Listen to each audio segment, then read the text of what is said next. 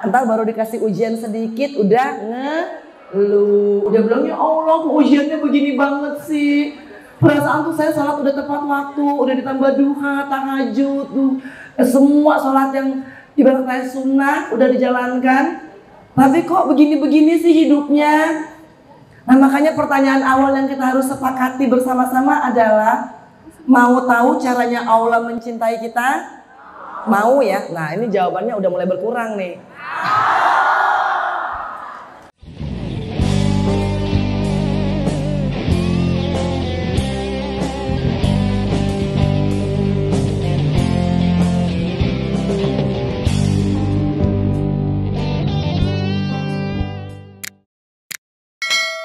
Assalamualaikum warahmatullahi wabarakatuh. Ya Allah, hari ini lanjut berbagi dan juga lanjut untuk bertemu dengan besti-besti aku. Hari ini tuh kita ada kegiatan di Masjid Al-Falah Bambu Apus. Alhamdulillah ya. Assalamualaikum ya Allah. Ya Allah, alhamdulillah. Iya. Dan hari ini tuh seperti biasa kita akan jualan juga sih, begitu ya. Bismillah ya Besi ya. Dan temanya hari ini adalah cara Allah mencintaimu.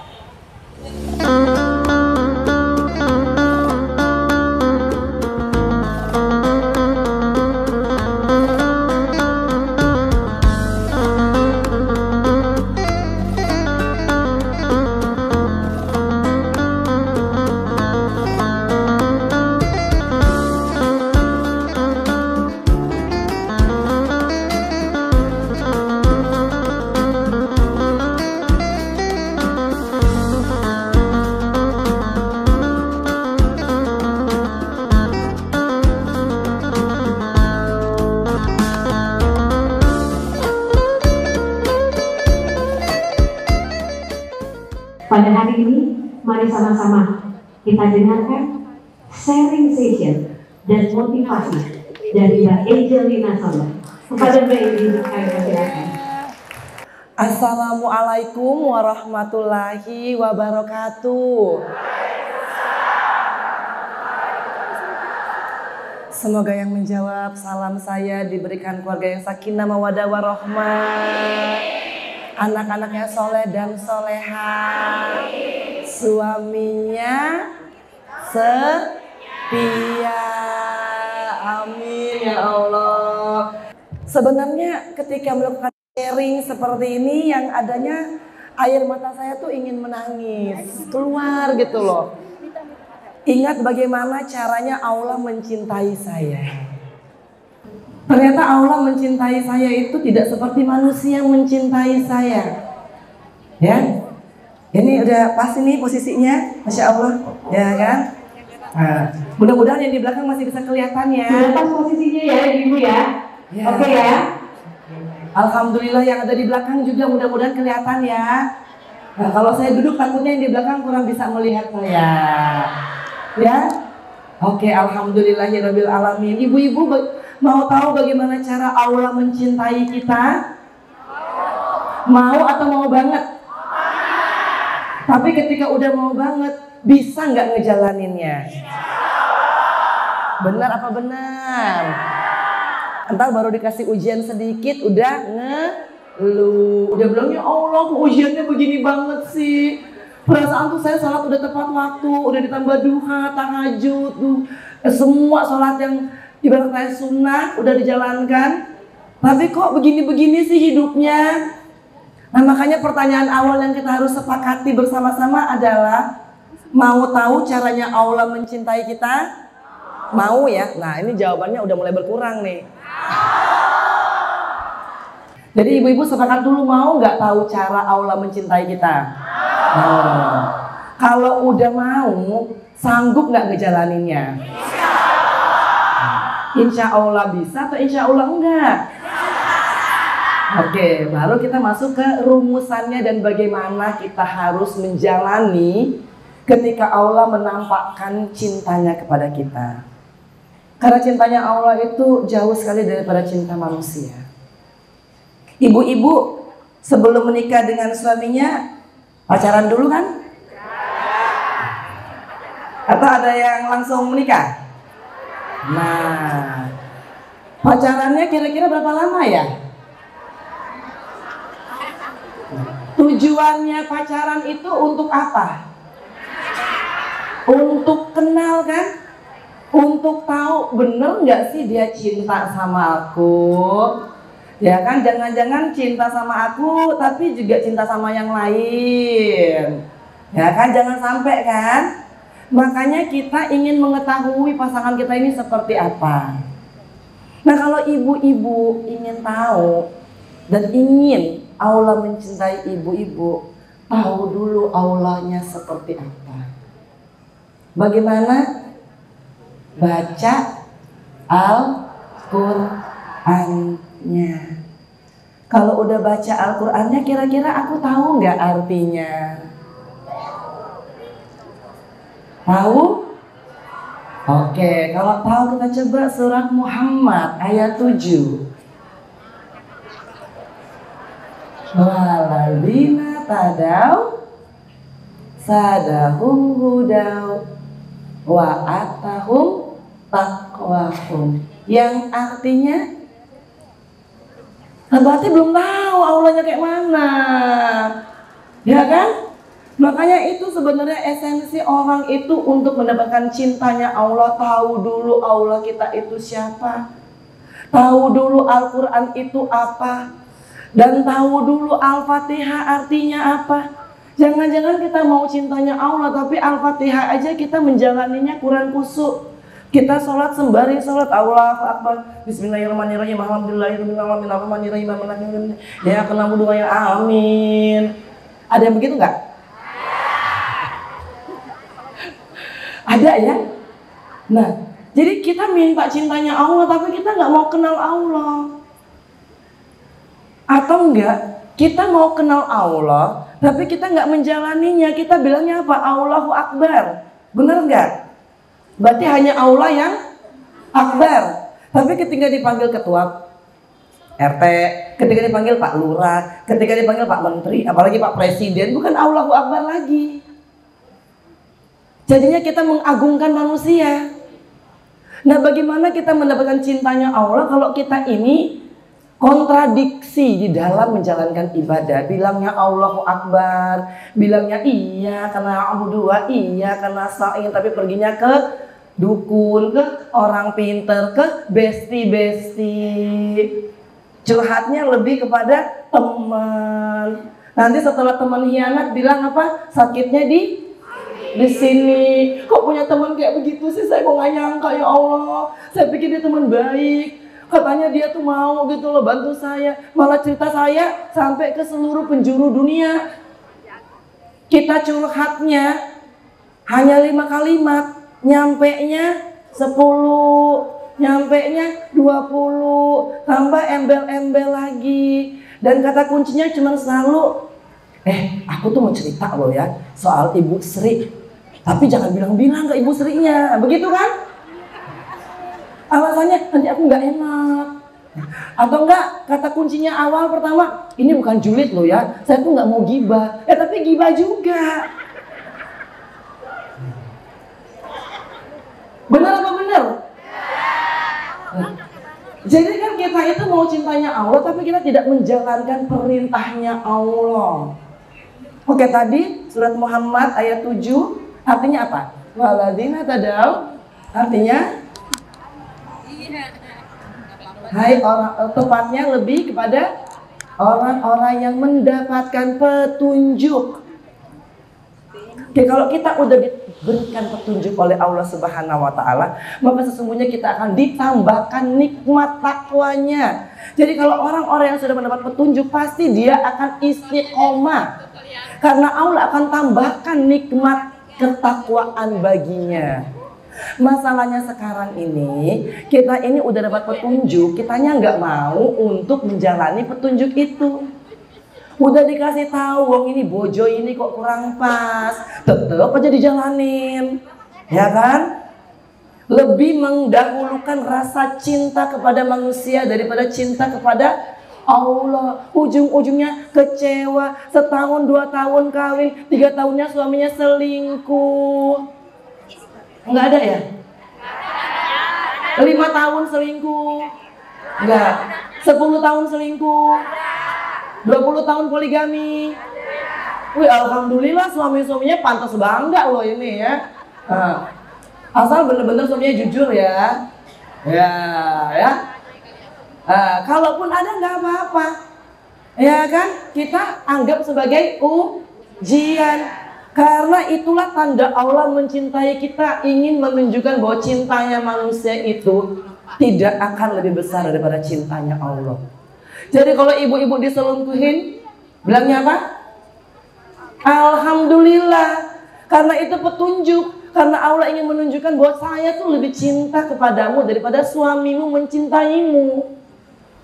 Jadi kalau saya panggil salat Allahu Akbar, datang. Jangan mendahulukan suami. Itu pasti harus mengimamkan suami kita, menghormati suami kita. Tetapi jadwal sholat kita nggak boleh kita tunda dengan alasan manusia. Itu syaratnya kalau kita ingin mendapatkan cintanya Allah. Cintanya Allah kepada seorang Angelina Sonda itu luar biasa. Pertama kali saya menganggapnya ini penderitaan. Ya Allah, pikir-pikirnya kok masuk Islam tuh bahagia ya. Pikir-pikir kok masuk Islam itu dapatnya semuanya enak. Giliran masuk Islam suami meninggal. Ya Allah, tempat saya mencurahkan semua isi hati dan belajar kok malah diambil sama Allah. Tapi alhamdulillah mendingan diambil sama Allah daripada diambil sama pelakor.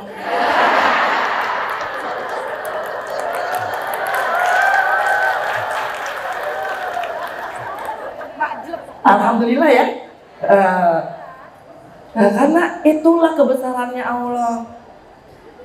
Setelah Mas Aji meninggal, saya diamanai 3 orang anak. Ya, anak saya sendiri Kianu Duha Jabar Mas Said, dan waktu itu Sahwa dan Ali masih tinggal sama saya. Ingin banget ibu-ibu jadi ibu yang merasakan tugas dan kewajiban seorang ibu. Ya Allah, mandiin anak pagi, nganterin anak ke sekolah. Rindu banget gitu loh kalau anak nangis, itu minta kita peluk. Tapi kesempatan itu pun Allah ambil. Saya harus terpisah dengan Kianu selama 10 tahun. Aduh, jadi nangis kan ibu-ibu ya? Gimana ya caranya ya?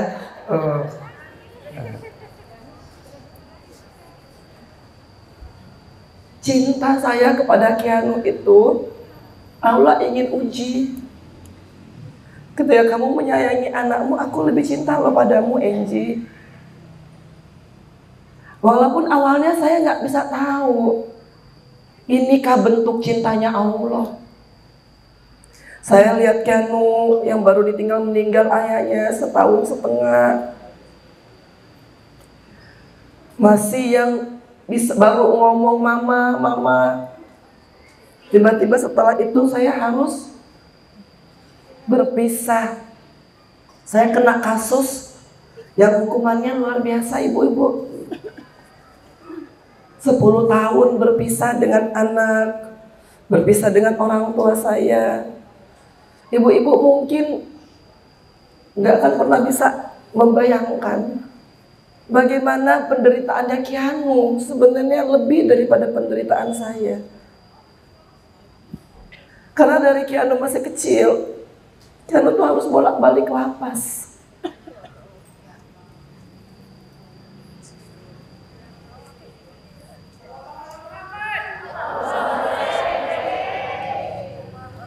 Ibu-ibu pernah ngebayang nggak masuk lapas itu berapa lama? Kalau mungkin ada yang pernah punya keluarga yang ada di lapas, pasti tahu. Kita mendaftar untuk ngambil nomor urut. Itu kalau kunjungan siang berarti dimulai jam 10 pagi. Jam 10 pagi itu Ikna, sopir setia saya, itu udah ngambil nomor. Kadang-kadang mama papa saya juga ikut ngambil nomor. Jam 10 itu harus nunggu. Dapatnya mungkin jam 11, jam 12. Baru masuk, ibu-ibu mau tahu jam berapa? Jam 1. 3 jam nunggu.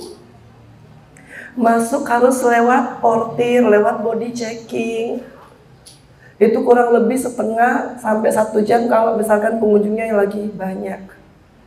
Jadi dari jam 10 sampai jam 1 itu atau jam setengah 2 itu 3 jam sampai 4 jam. Ayah ibu saya tuh harus nunggu sebelum masuk. Masuknya ngunjungin saya paling 1 jam paling lama. Pulang rumah lagi perlu 3-4 jam karena ayah mama saya tuh tinggalnya agak jauh dari Pondok Bambu. Ibu-ibu sehari katakanlah 5 jam. Seminggu 3 kali. Dikali 10 tahun.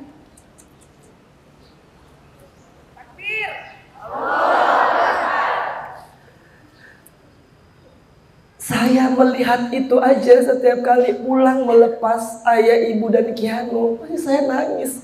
Walaupun saya berusaha untuk tegar, oh iya Kianu ya, baik-baik ya, oh ya, nanti ketemu mami lagi ya. Walaupun Kianu tuh 5 langkah, dia pasti balik lagi, mami ikut aku pulang dong.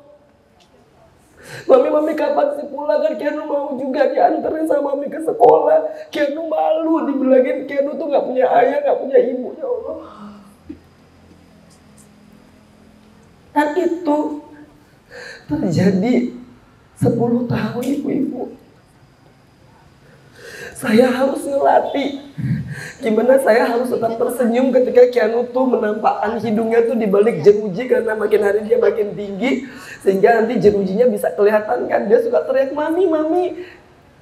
Aduh ibu-ibu, hati tuh kalau gak ada Allah pasti saya itu akan hancur. Karena saya harus menghadapi ini beratus kali. Belum lagi saya melihat ayah saya yang dari Tegap, ya Allah. Ayah saya tuh luar biasa. Dari jalannya masih tegap, masih gagah ya, masih bisa ngebawain saya 5 buku, 10 buku. Masih bisa nenteng makanan sampai tuh di penghujung ini kakinya mulai diseret. Karena menjalani itu 10 tahun ibu-ibu. Bukan waktu yang singkat. Nah tapi ternyata disitulah Allah ingin menunjukkan ini loh caraku. Kalau aku mengambil darimu bukan karena aku gak cinta. Karena aku khawatir engkau terlalu mendewakan manusia dan engkau lupa padaku. Padahal sehari 5 kali kita sholat dan berapa kali kita bilang Allahu Akbar. Aku hanya ingin menguji ketika engkau mengatakan Allahu Akbar, benar-benar Allahu Akbar. Jadi ketika aku ambil suamimu, kupisahkan kamu dengan anakmu, ketika engkau nggak punya jabatan, teman-temanmu hianat, harta nggak ada, apakah engkau masih mencintaiku? Allah hanya ingin mendapat kepastian itu. Kita nggak cinta Allah, bagi Allah nggak rugi. Dan kita pun nggak mencintai Allah, Allah tetap cinta dengan kita.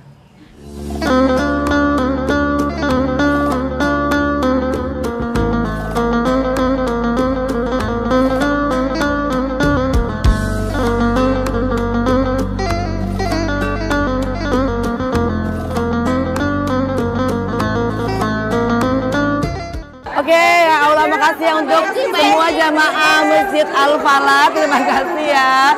Didukung terus ya. Jangan lupa subscribe, like, share, dan komen. Waalaikumsalam.